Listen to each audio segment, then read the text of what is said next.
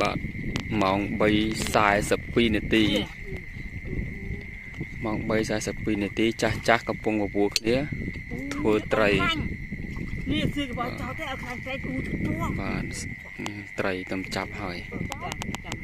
លើចាស់កំពុងបរៀនវះត្រីខ្លាញ់ត្រី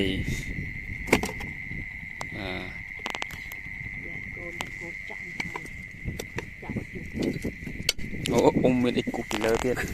អូចាំសួរទៅវាមិនដាច់ចុងហ្នឹងសួរហ្នឹងអាការអីមកគូទៅតែបាទតែស្ពិនធំមកគូមួយនឹងមិនឈឺដែរ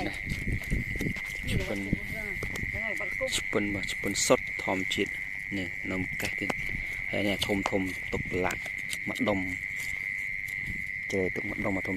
ហើយឆាណាមើលពូមើលឯងថតឲ្យបងប្អូនខ្ញុំមើលឲ្យណាមើលបងគាត់ឃើញគាត់ទៅខ្សែហៅយើង